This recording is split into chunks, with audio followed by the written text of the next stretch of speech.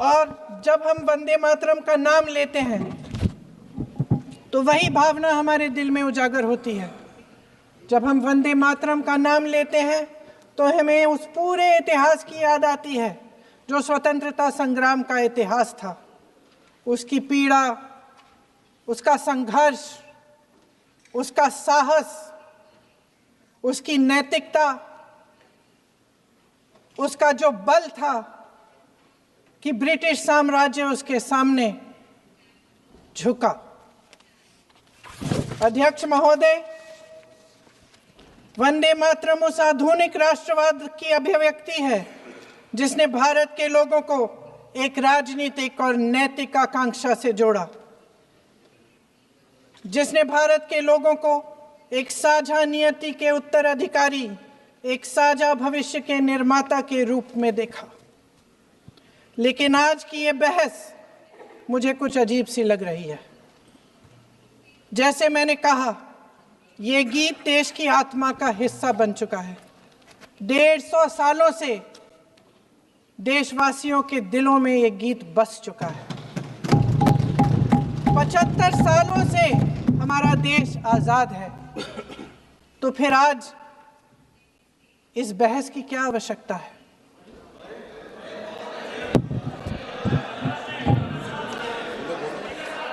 हमारा यहाँ मकसद क्या है?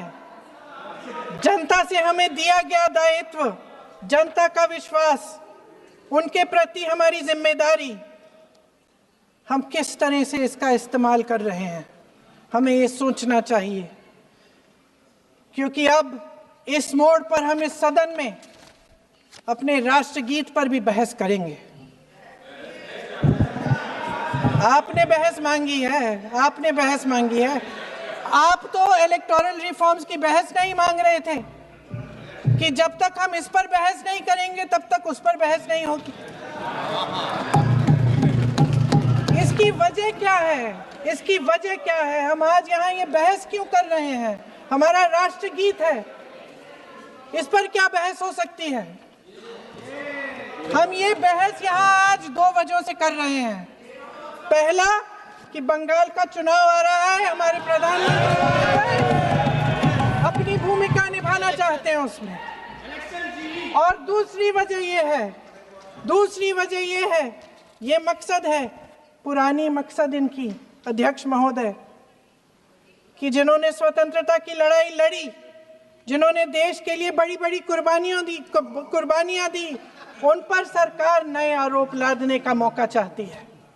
देश का ध्यान फिर से जनता के ज्वलंत मुद्दों से भटकाना चाहती है। यही एक मकसद है आपका। आपका मकसद है कि हम फिर से उसी अतीत में मंडराते रहें, उसी की तरफ हम देखते रहें जो हो चुका है, जो बीत चुका है, क्योंकि ये सरकार वर्तमान और भविष्य की ओर देखना ही नहीं चाहती। वे इस काबिल ही नहीं रही। सच्चाई ये है अध्यक्ष महोदय कि आज मोदी जी वह प्रधानमंत्री नहीं रहे जो एक समय में थे। सच ये है कि ये दिखने लगा है, उनका आत्मविश्वास घटने लगा है, उनकी नीतियां देश को कमजोर कर रही हैं। और मेरे सत्ता पक्ष के साथी चुप इसलिए हैं क्योंकि अंदर अंदर से वे भी इस बात से सहमत हैं। आज देश के लोग खुश नहीं हैं अध्यक्ष महोदय, परेशान हैं, तमाम समस्याओं से घिरे हुए हैं, तमाम समस्याओं से घिरे हुए हैं, और उन समस्याओं का हल आप निकाल नहीं रहे हैं। हाँ ठीक है, उसका भी बोल लेंगे, समय आएगा तो उसका भी बोल लेंगे। बल्कि कल समय आ रहा है, चुनाव पे चर्चा होगी, उस पे भी बोलेंगे। अध्यक्ष महोदय, इनके भी अपने लोग दबी जबान में कहने लगे हैं कि सारी सत्ता को केंद्रित करने से देश का नुकसान हो रहा है। इस बीच अगर हम अतीत की बातें नहीं करेंगे तो कौन सी बातें करेंगे? ये किसी और बात के काबिल ही नहीं है, सिर्फ ध्यान भटकाना है जनता का। इसलिए आज हम वंदे मातरम पर चर्चा कर रहे हैं। वंदे मातरम देश के कण कण में जीवित है, इस पर बहस नहीं हो सकती। लेकिन चलिए आपने बहस मांगी, आप बहस करना चाहते हैं, बहस करते हैं। आज इस चर्चा को प्रधानमंत्री जी ने शुरू किया, उन्होंने भाषण दिया और इसको कहने में कोई झिझक नहीं है कि भाषण अच्छा देते हैं, थोड़ा सा लंबा, लेकिन भाषण अच्छा देते हैं। सिर्फ एक कमजोरी है, अगर आप इजाजत दें तो मैं बोलूं, एक कमजोरी है। हाँ, उसी पे बोल रहे हैं, वंदे मातरम पे बोलो आप। अब सर मैंने तारीफ कर ली, थोड़ा आज विषय वंदे मातरम का है तो हम वंदे मातरम पर ही रखें, ठीक रहेगा। सर ये वंदे मातरम पे ही है। सर आपने प्रधानमंत्री जी को सुना था, अब तो शुरू नहीं हुए। सर भाषण बहुत अच्छा देते हैं, लेकिन तथ्यों के मामले में कमजोर पड़ जाते हैं, बहुत कमजोर। इसमें भी एक कला होती है कि तथ्यों को किस तरह से जनता के सामने रखा जाए। मैं तो नहीं हूं, जनता की प्रतिनिधि हूं, कलाकार तो नहीं हूं। इसीलिए मैं भी सदन के सामने कुछ तथ्य रखना चाहती हूं, लेकिन सिर्फ तथ्य के रूप में रखना चाहती हूं।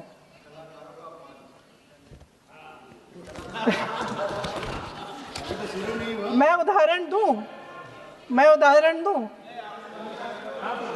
दे देती हूँ। सर मांग रहे हैं सर वंदे मातरम के बारे में, वंदे मातरम की जो सालगिरह पे आपने एक बड़ा कार्यक्रम आयोजित किया था, उसमें प्रधानमंत्री जी ने भाषण दिया। उसमें उन्होंने कहा कि 1896 में पहली बार गुरुदेव रविंद्रनाथ टैगोर ने ये गीत एक अधिवेशन में गाया। उन्होंने ये नहीं बताया कि कौन सा अधिवेशन था, महासभा, हिंदू महासभा का अधिवेशन था, आरएसएस का अधिवेशन था, किस बात से कतरा रहे थे कि ये कांग्रेस का अधिवेशन था। और उदाहरण दूं कि मैं अपना भाषण जारी रखूं, दे रही हूं। जो वंदे मातरम की जो क्रोनोलॉजी है वो भी आप समझिए, जो असली क्रोनोलॉजी है। 1875 में महाकवि बंकिम चंद्र चट्टोपाध्याय ने इस गीत के पहले दो अंतरे लिखे, जो आज हमारे राष्ट्रगीत घोषित हुए हैं, मतलब जो घोषित हुए थे और जिसको हम आज अपना राष्ट्रगीत कहलाते हैं। ये पहले दो अंतरे लिखे 1882 में। 7 साल बाद उनका एक उपन्यास प्रकाशित हुआ, आनंद मठ। उस उपन्यास में यही कविता उन्होंने प्रकाशित की, लेकिन इसमें 4 अंतरे जोड़ दिए। 1896 में कांग्रेस के अधिवेशन में गुरुदेव रविंद्रनाथ टैगोर ने पहली बार ये गीत गाया। 1905 में बंगाल के विभाजन के खिलाफ आंदोलन के समय वंदे मातरम जनता की एकता की गुहार बनकर गली गली से उठा। गुरुदेव रविंद्रनाथ टैगोर जैसे महान स्वतंत्रता सेनानी इस गीत को खुद गाते हुए बंगाल की सड़कों पर उतरे। विद्यार्थियों से लेकर किसानों तक, व्यापारियों से लेकर वकीलों तक, हर कोई ये गीत गाने लगा। इस गीत की शक्ति को समझिए। ब्रिटिश साम्राज्य इसको सुनकर कांपता था और हमारे देशवासी इसको सुनकर वे मन बनाते थे, वे हिम्मत बनाते थे कि इस भयंकर साम्राज्य के खिलाफ सत्य और अहिंसा के नैतिक हथियारों को लेकर शहीद होने की तैयारी करते थे। ये गीत मातृभूमि के लिए मर मिटने की भावना को जगाता है। इस गीत की शक्ति ये है, इस गीत का हमारे देश से जुड़ाव ये है। लेकिन 1930 के दशक में हमारे देश में जब सांप्रदायिक राजनीति उभरी, तब ये गीत विवादित होने लगा। 1937 में, अब ये मैं दूसरा उदाहरण देने वाली हूँ, क्योंकि प्रधानमंत्री जी ने अपने भाषण में इसका उल्लेख किया और गलत किया, इसीलिए मैं इसके जो सच्चे जो तथ्य हैं वो आपके सामने रख रही हूँ। 1937 में नेताजी सुभाष चंद्र बोस कांग्रेस का अधिवेशन कलकत्ता में होने जा रहा था, उसका आयोजन कर रहे थे। तो जो मोदी जी ने पत्र सुनाया सदन में 20 अक्टूबर का और कहा कि जवाहरलाल नेहरू जी ने नेताजी को ये चिट्ठी लिखी और ये कहा कि इस पर चर्चा होनी चाहिए, उससे पहले 3 दिन पहले नेताजी सुभाष चंद्र बोस ने पंडित जवाहरलाल नेहरू को एक चिट्ठी लिखी थी, जिसका जिक्र आपके प्रधानमंत्री ने नहीं किया। और इस चिट्ठी में सुन लीजिएगा,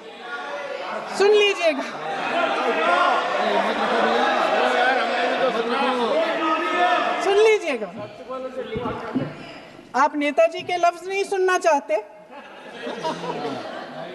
बंगाल का चुनाव आ रहा है।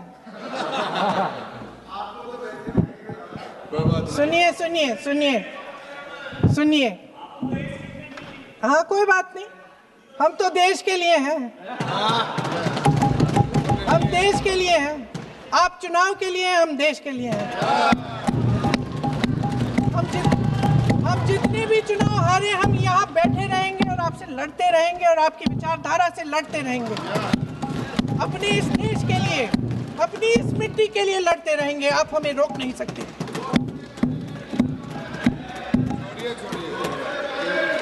सुन लीजिए सुभाष चंद्र बोस जी ने क्या कहा, सुन लीजिए। My dear Jawahar, reference Vande Mataram, we shall have a talk in Calcutta and also discuss the question in the working committee if you bring it up there. I have written to Dr. Tagore to discuss this matter with you when you visit Santi Niketan. Please do not forget to have a talk with him when you visit Santi Niketan. ये 17 अक्टूबर को लिखी जाती है। 10 अक्टूबर को नेहरू जी इसका जवाब देते हैं और और 20 अक्टूबर को, हाँ ठीक है, 20 अक्टूबर को नेहरू जी इसका जवाब देते हैं। इस जवाब की एक पंक्ति प्रधानमंत्री जी ने सुनाई, बाकी पंक्तियां क्यों नहीं सुनाई? क्योंकि उनमें नेहरू जी क्या कह रहे हैं? There is no doubt that the present outcry against Vande Mataram is to a large extent a manufactured one by the communalists. Whatever we do, we cannot pander to communalists' feelings, but to meet real grievances where they exist. I have decided now to reach Calcutta on the 25th morning.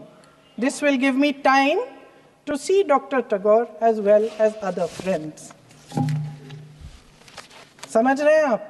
प्रधान चुप है तो समझ ही गए होंगे। फिर क्या होता है? फिर नेहरू जी कलकत्ता जाते हैं और गुरुदेव जी से मिलते हैं और उसके अगले दिन गुरुदेव जी एक चिट्ठी लिखते हैं जिसमें वो लिखते हैं, अंग्रेजी में चिट्ठी है, उसका एक अंश मैं आपको हिंदी में बता देती हूँ, जिसमें गुरुदेव जी कहते हैं कि जो 2 अंतरे हमेशा गाए जाते थे उनका महत्व इतना गहरा था कि उस हिस्से को कविता के शेष हिस्से तथा पुस्तक के उन अंशों से अलग करने में उन्हें कोई कठिनाई नहीं थी। उन्होंने ये कहा कि स्वतंत्रता संग्राम में हमेशा से वही 2 अंतरे ही गाए जाते थे और उनको गाते हुए कुर्बानी देने वाले सैकड़ों शहीदों के सम्मान के लिए उन्हें ऐसे ही गाना उचित रहेगा। उन्होंने यह भी कहा कि बाद में जोड़े गए अंतरों का सांप्रदायिक मायना निकाला जा सकता है और उस समय के माहौल में उनका इस्तेमाल अनुचित होगा। इसके बाद 28 अक्टूबर 1937 में कांग्रेस की कार्य समिति ने अपने प्रस्ताव में वंदे मातरम को राष्ट्रगीत घोषित किया। उन्हीं दो अंतरों को कार्य समिति की बैठक में महात्मा गांधी जी, नेताजी सुभाष चंद्र बोस, पंडित नेहरू, आचार्य नरेंद्र देव जी, सरदार पटेल जी, गुरुदेव रविंद्रनाथ टैगोर जी सब मौजूद थे। इस प्रस्ताव के ये सभी महापुरुष इस प्रस्ताव से सहमत थे।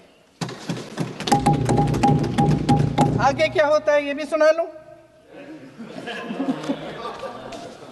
भारत की आजादी के बाद जब इसी गीत के इन्हीं दो अंतरों को 1950 में डॉक्टर राजेंद्र प्रसाद जी ने संविधान समिति में भारत का राष्ट्रगीत घोषित किया, तब लगभग यही महापुरुष मौजूद थे। इनके साथ साथ BR अम्बेडकर जी भी सभा में थे और इनके साथ साथ मेरे सत्ता पक्ष के साथियों के नेता श्री श्यामा प्रसाद मुखर्जी भी मौजूद थे।